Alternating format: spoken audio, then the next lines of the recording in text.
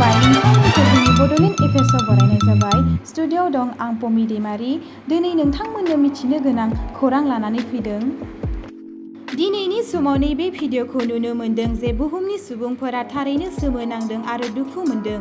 मानोना बेयाव अरगेंनि बेरफ्रुनाय आरो मिथिंगायारि जाब्रबथायबो जायाखै, नाथाय मानसिनि आखुनि मावनायनि थाखाय नेचेरेल गेस पाइपलाइननि लिक जानायनि थाखाय। गाल्फ अफ मेक्सिक'आव सागोरनि सिं बाहागो आरो सा बाहागोआव गोबां गिदिर एरियाआव अर नाङो, जायखौ बुहुमनि सुबुंफोरा बुंनाय जादों अरनि मेगन। बेनि लकेशनखौ नायोब्ला नोंथांमोना नुगोन बेयो भारत आरो नैबे मेक्सिक'नि खाथियाव मोननो हागोन गाल्फ अफ मेक्सिक', आरो बेवहायनो बे जाथाया जादों।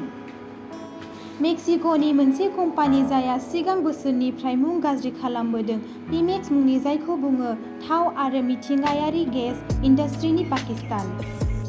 जाहोना जादों 100 बिलियननिबो बारा बाखि गोनां कम्पानि लसआव गोग्लैनानै थानाय कम्पानि। मोनफ्रोम बोसोराव बे कम्पानिआ मोनसे नङा मोनसे जाब्रबथायखौ लाबोयो।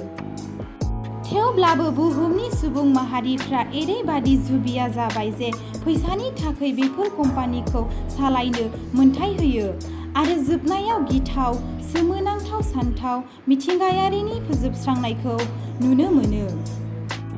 नोंथांमोना जोंनि चेनेलखौ दासिमबो साबस्क्राइब खालामाखैब्ला साबस्क्राइब खालामनानै लागोन, मानोना जोंनि चेनेलनि गेजेरजों नोंथांमोना गोबां बाथ्राखौ मोन्थिनो हागोन।